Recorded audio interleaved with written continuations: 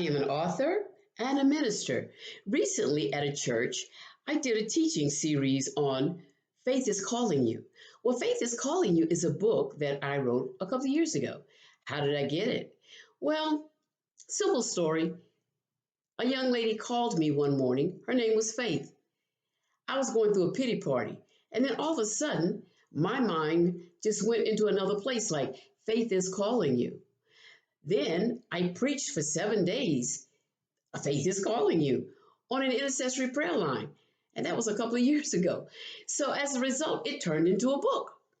So let's look at Faith is Calling You. Hello. So first thing we need to know is faith is a spirit.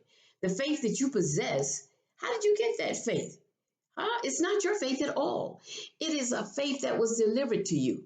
Romans 12:3 talks about that God has dealt every man a measure of faith. Wow.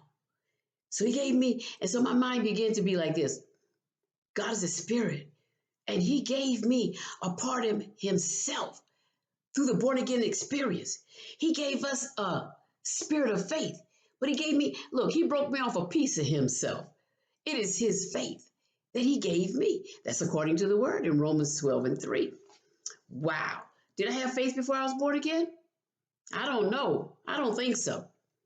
Well, Hebrews 11:1 talks about faith. We know that faith is the assurance of things that you have hoped for, the absolute conviction that there are realities that you've never seen.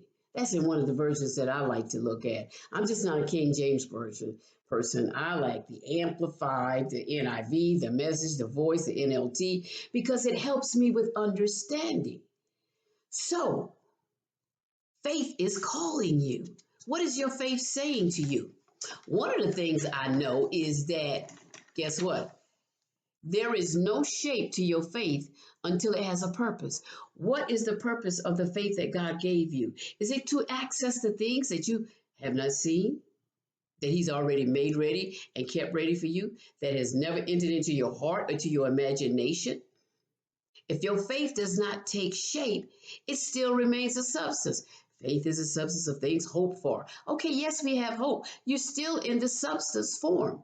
Why not aim your faith at something? If God has spoken to you, and if he's spoken to you and given you something in your spirit, you need to aim your faith at that. Remember, Jesus is the author and the finisher of our faith. That's in Hebrews as well. What you going to do about your faith? Are you going to let it sit there and remain a substance?